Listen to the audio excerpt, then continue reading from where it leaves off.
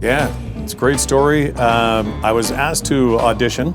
Russ Peake was the legendary voice of the Calgary Flames at the time, and he said, "Hey, Beesley, you should throw your hat into the announcer ring." And I said, "Why?" He goes, "Well, my wife says after this many years, I've got to retire." And I went, "You're going to retire? Like, come on, man.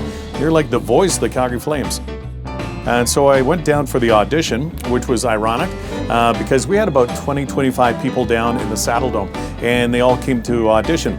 And one of the things you had to do was just announce one of the players' names. And at that time I went, okay, well, I'll just take number 14. And I did a scored by number 14, Theron Fleury. And there's one clap in the Saddle Dome, like one person. And I went, well, I guess that didn't go that well. Within a couple of days, I got a call saying, hey, you're in. You and another announcer are going to go head-to-head. So I'll do a game, you do a game. And one thing led to another, and that guy backed out at the very end. And I said, I'll do this. You're going to pay me. I'm going to get a meal and parking, and I get to watch the greatest game in the world. I'm in. And I know the first couple of games were horrible. I was probably the worst announcer ever, in my opinion.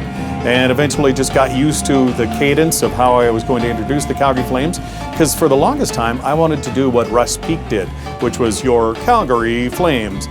When I actually started doing it that way, a friend of mine actually came up and said, why don't you just do it your way? And that's where I first started to becoming that Beesley announcer for the Calgary Flames, and just took it to another level. So the energy was there, I just had to tweak it over the years. And all of those memories flood in because it's been over 25 years of being in the Dome and coming up every night to do what I love to do, which is experience the greatest game in the world, that being hockey.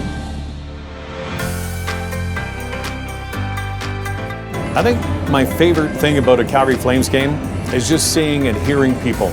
I do the standard introduction as the team comes out, and I ask, "Are you ready?" And you can almost hear a resounding yes. Your Calgary Flames! To me, that's where my endorphins are over the roof.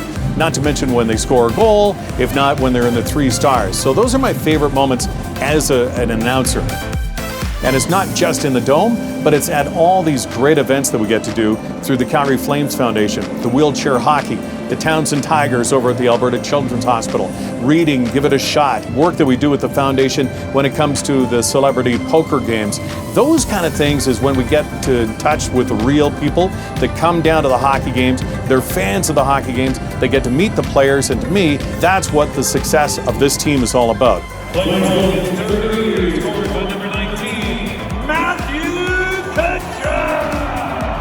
I always encourage students who I teach over at SAIT to follow your dream. This isn't work. This is what you love to do. And if you can find that secret, which is the love, and you can do this, there's no money in the world that will replace the love or the passion. And that's what we do.